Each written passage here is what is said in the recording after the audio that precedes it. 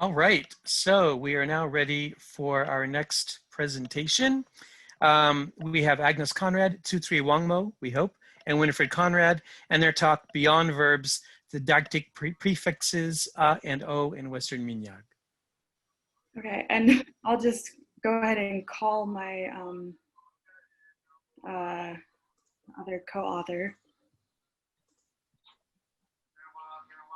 Unless this is maybe her on the iPhone trying to enter the room.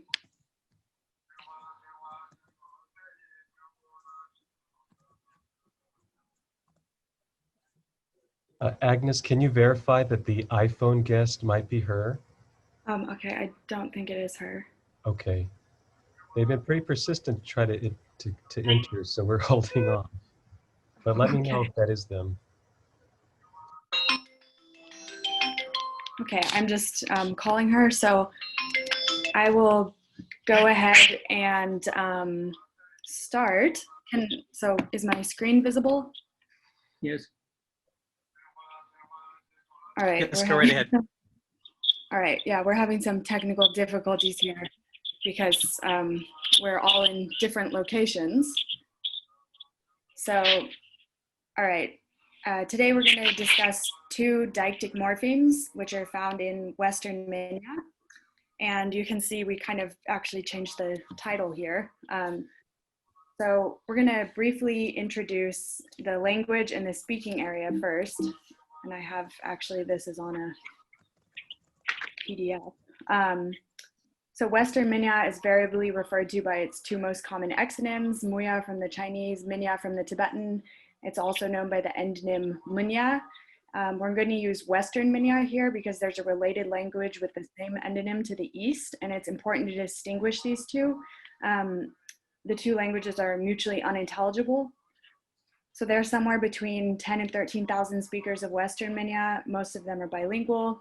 There are a number of people actively working on Western Minya, but it's still underdescribed.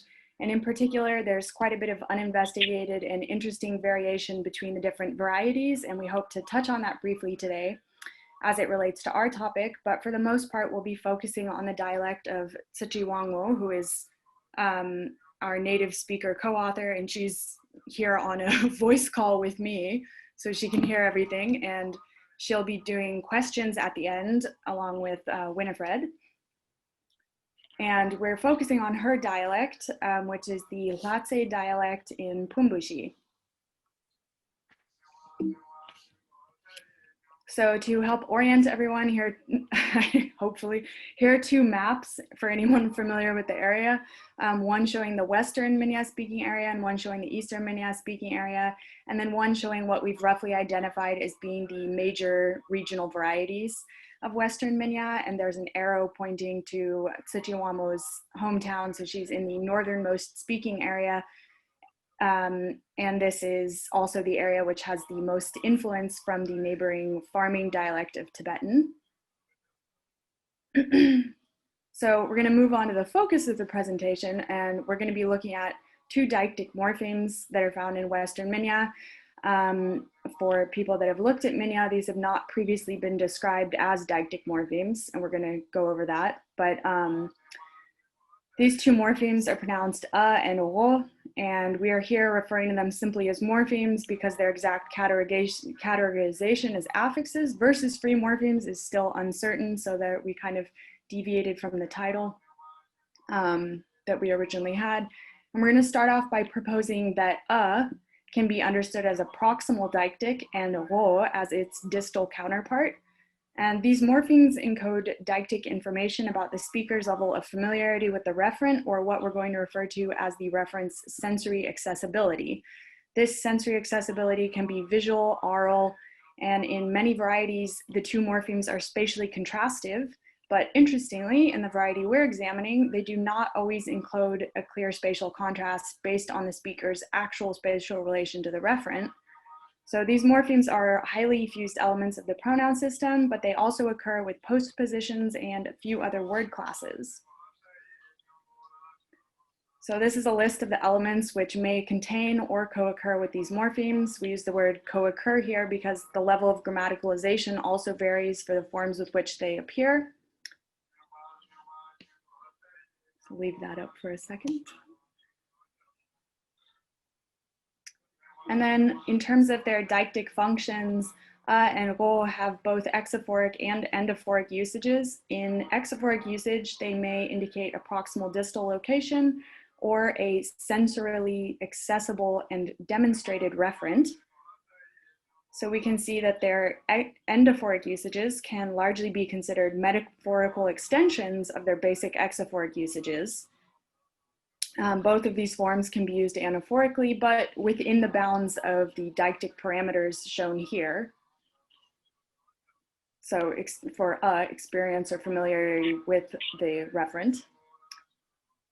And we stated a moment ago that can be understood as a proximal deictic, and this is partly because in most of the other varieties we've looked at, and O do encode spatial deixis, similar to what we'd find in English, i.e. an object closer to the speaker is referred to with the proximal, one further away with the distal.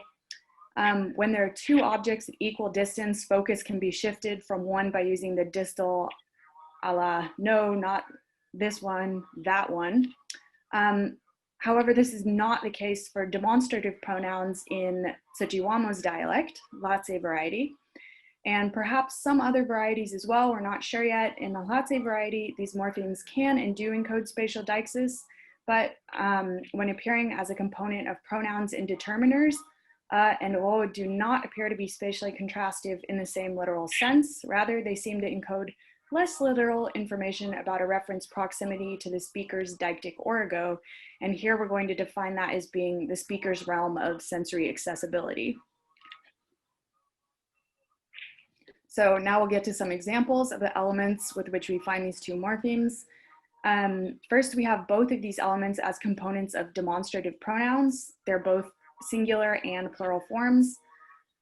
Is used for sensorily perceptible reference.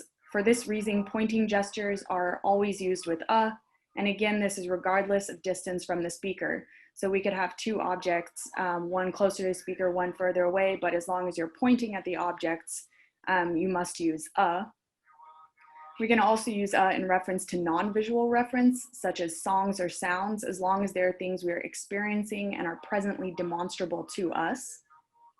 So we've got 1A and 1B are some examples with pointing gestures. We gave a context for each example because it's really, I guess, yeah, it's important for deictic examples to know what the context of the utterance was. And it gets a little confusing because we said we have no spatial contrast, but we do have ro in here.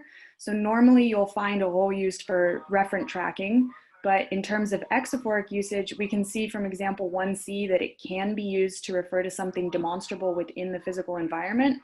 That referent will most often be one that has already appeared in the discourse and to which we are not pointing. Even if the referent hasn't appeared in discourse, it is most likely previously shared knowledge. For example, I can't see that the person I'm speaking to is sitting beside another person, but for some reason I have a clue or some information which leads me to suspect that there's somebody else there. Even though that person hasn't been previously mentioned during the conversation, I can still refer back to that person as a known entity using ol.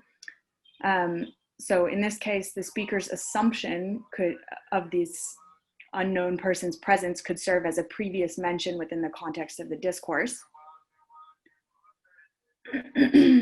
So let's take a look at 1D, and here we can see our sensory perceptibility parameter at work. In example 1D, we're told to imagine a horse, and the horse is not physically demonstrable, but the likeness of a horse has now popped into our minds. The horse you told me to imagine is ostensibly the same horse that you are imagining. And if we were asked to ask what color it was, we would use the proximal form because the horse is now visible to us. On the other hand, we have example 1E, where a speaker informs us that yesterday he or she saw a horse. We have not seen this particular horse to which the speaker is referring. It hasn't been presented as a demonstrable entity within our immediate time space or thought space environment, and we're not familiar with it. So to ask the same question, we'd use the distal form ol. And so I have on 1D and 1E, both of these have anaphora written at the top. We'll get back to that in a moment, but I think we mentioned this a couple slides up here, that in endophoric, this could just be an example of endophoric usage. So I wrote an aphora at the top there. Discourse deixis in 1F, O encodes discourse deixis, and it's the only form we are aware of which is used for discourse deixis. This function makes sense given that discourse deixis is a metaphorical extension of distal, and it's also quite common across languages for the distal deictic to be one and the same as the distal demonstrative. Okay, and all of the demonstrative pronouns, they can also be used as demonstrative determiners. Their usage is in line with what we've just discussed, i.e. Is used for sensorially perceptible reference and wo mainly for anaphoric reference. Now in 2C, we do have what appears to be a spatial contrast, but this might also be a case of referent tracking in the sense that the speaker has seen the door, but it's not something they are experiencing directly. It's over a video call, and therefore they may simply be referring to the door as something which they know exists. So owing to examples like these, we have to consider whether or not all uses of O might simply be anaphora. That's why we had that on the last slide. There are no dedicated third-person pronouns, so here we'll be looking at the same forms we've already been considering. Again, we can use to refer to a non-demonstrable or distal referent. Similar to the example we had earlier of imagining a horse, we can assume that a person we know has the capacity to exist within our experiential demonstrable realm as a stable exophoric entity, regardless of whether or not they're actually physically present at speech time. So in example 3a, speaker 1 makes a comment about Wangmo, who is present and visible to both speakers in the scenario. Speaker 2 asks who she is, and speaker 1 can reply with because she's visible and sensorially perceptible to both speakers. In example 3b, Wangmo is actually not present, so we would expect to find her referred to with the distal 我字. That would be acceptable in both 3a and 3b, as Wangmo is a previously mentioned referent. However, this usage would be strange in either case because Wangmo is my close friend. And the same goes for relatives. It'd be strange to use the distal form when referring to a relative, even if they're not present. So it is possible that for personal pronouns, is encoding some form of social deixis. It's also possible that this function is subsumable under the same explanation as imagine a horse example, that we're able to imagine the person and therefore make them demonstrable or present to ourselves. So the person in question is therefore a demonstrable referent to us. Or yeah, it could be social deixis, which would be very interesting.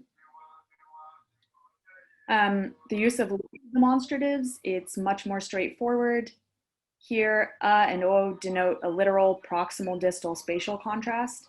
And this spatial contrast is apparent regardless of whether or not objects are in view or proximity to the speaker, unlike demonstrative determiners and pronouns, where the pointing gesture must always be accompanied by even when both forms are accompanied by pointing gesture, there's still a spatial contrast here. And just as it is in English and many other languages, these two demonstratives are variable depending on the context and how that relates to the speaker's deictic origo. So I am here in this country, or I am here in this room, as opposed to you are there in that country, that being a much bigger range. In terms of postpositions, these forms are spatially contrastive, and they are similar to other forms we've discussed so far, that the distal is used for discourse deixis and anaphora. We don't have an example listed here, but it seems that much like with demonstrative pronouns, the proximal can be used to refer to sensorially perceptible reference, which are not demonstrable. So here in 5C, we can see also, this is another interesting usage. Wopu serves as a temporal deictic. Even though pu and o have no inherent time connotations, The contracted form can encode temporal deixis depending on the context. So we have 5C, someone telling a story about a city many years ago, what it was like many years ago. And then we also have and o occurring as part of a quantifier for uncountable nouns. These forms are not spatially contrastive.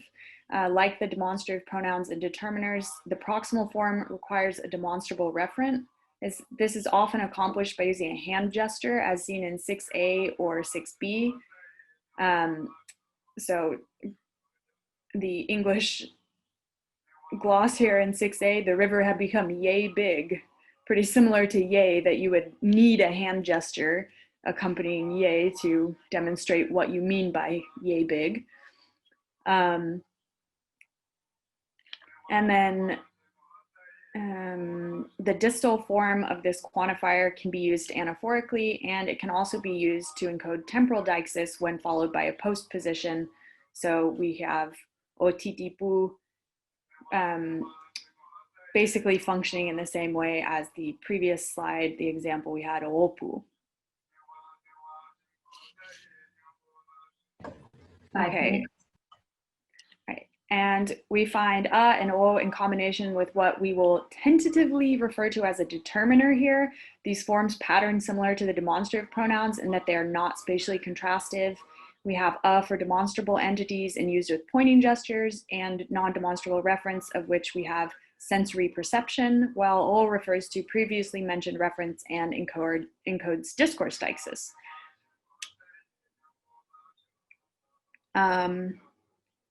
All right, and then the two quantifiers just mentioned above, they also combine with classifiers to produce contracted forms, which are deictic, demonstrative, manner adverbs.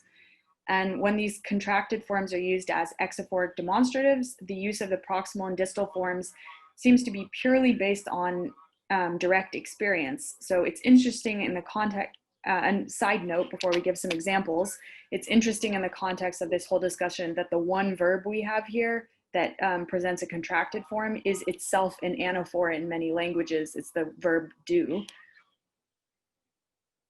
So here are examples of these manner adverbs.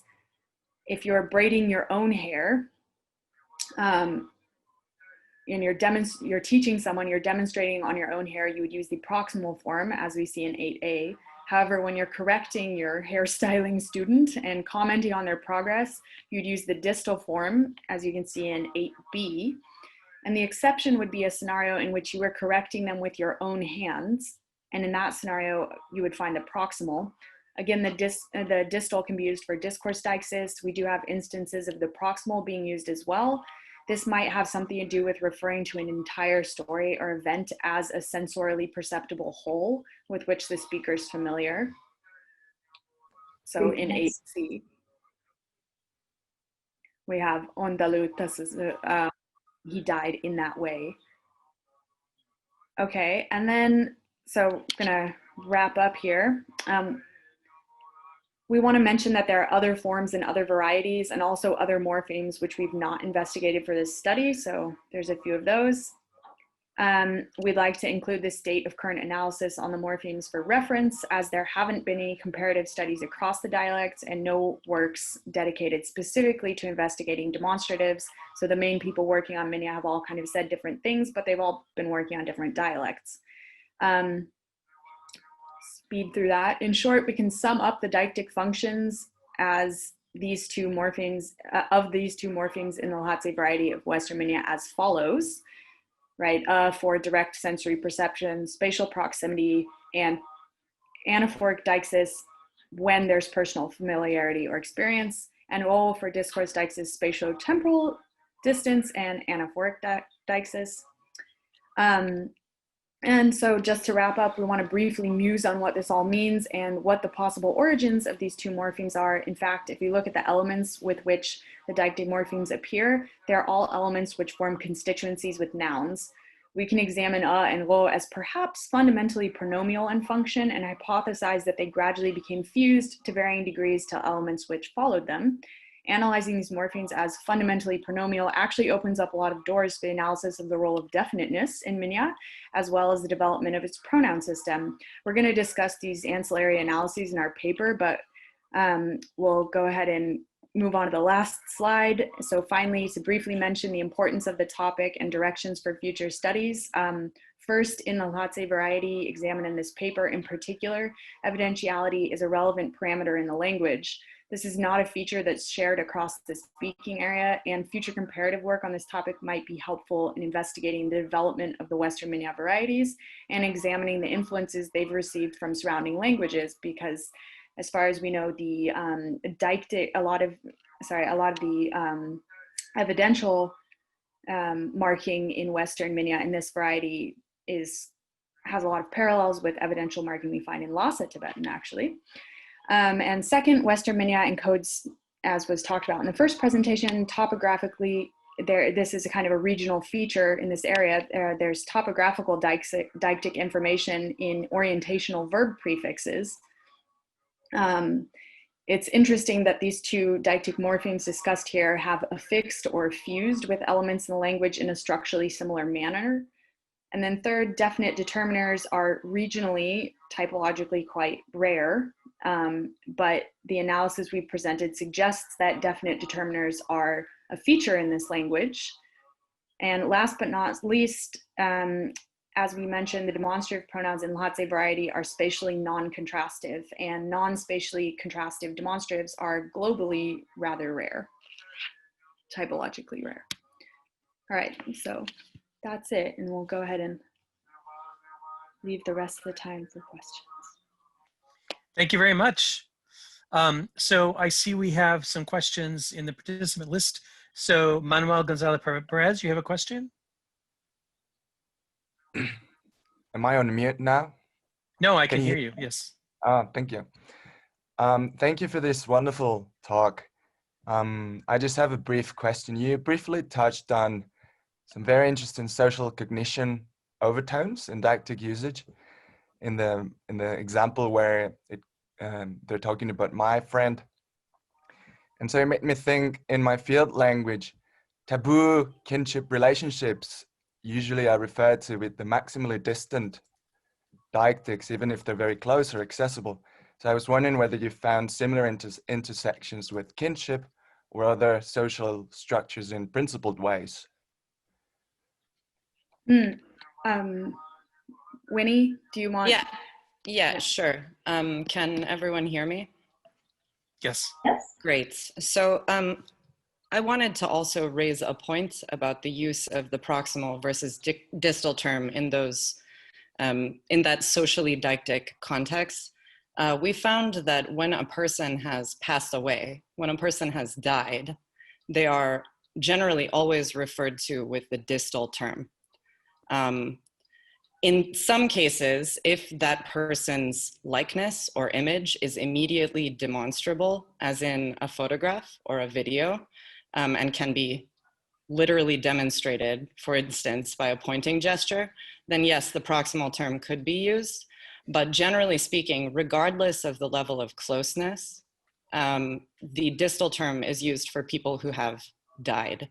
So this could be, I suppose, related to the notion of social taboo, because generally it's quite taboo to discuss death. Do you have anything to add, Agnes, on that? We also looked at, for example, if there were any honorific implications here, like, so this is an area where they are quite fervent Buddhists, and could you refer to a high lama using the distal?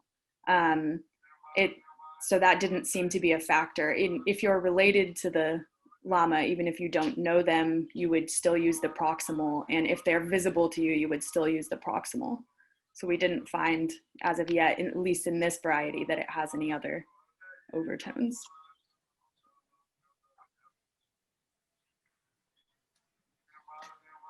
Okay, thank you. Any other questions? Comments?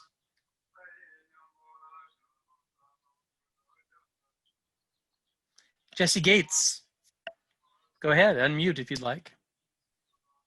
Hello, thank you, Agnes, and the others that were involved in this paper. It's a wonderful paper. I just have a couple kind of minor questions, comments concerning why I guess you're struggling with not calling these morphemes clitics, for example. And then the other thing is I noticed that in the beginning of the paper, you use kind of a prefix, the hyphen for prefix, and at the very end, but then throughout the paper, the morphemes that in discussion are always bound to the word form that you have it. So it seems like you're making some decisions already, even though you're just calling them morphemes. You've already made some decisions about their you know, morphophonemic status. So I just was wondering if you could clarify that a little more. Sure. So they could be clitics. We are quite uncertain about how to categorize these elements. Now, notably and importantly, they never appear alone. They are always fused to some other element. As Agnes showed in the presentation, they never occur in isolation, although there is a great degree of variability in the types of words that they do appear with. So we are uncertain on this particular matter as of now.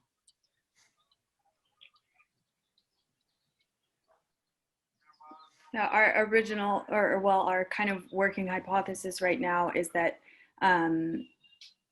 they may have originally been pronouns, perhaps standalone pronouns. But yeah, we're still trying to figure out what to call them. We originally said deictic markers, and then we changed the title to morphemes.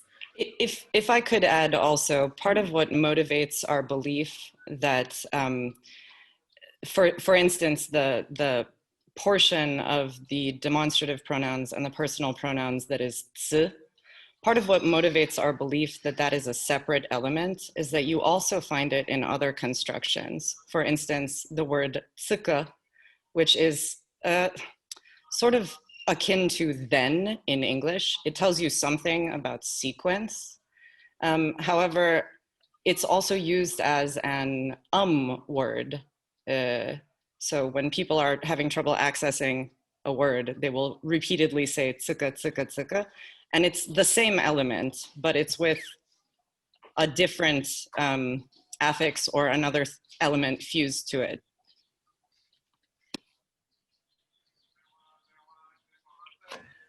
All right, so I think we should wrap up here. And I just want to remind everyone that we now have a 15-minute break until the next event, which is a special session being led by Christine Hildebrandt, Sienna Craig, and Jeff Childs on giving cultural and social meaning to disaster, Himalayan Highlander responses to the 2015 earthquakes in Nepal. Thank you, everyone, for participating. See you at the next thing.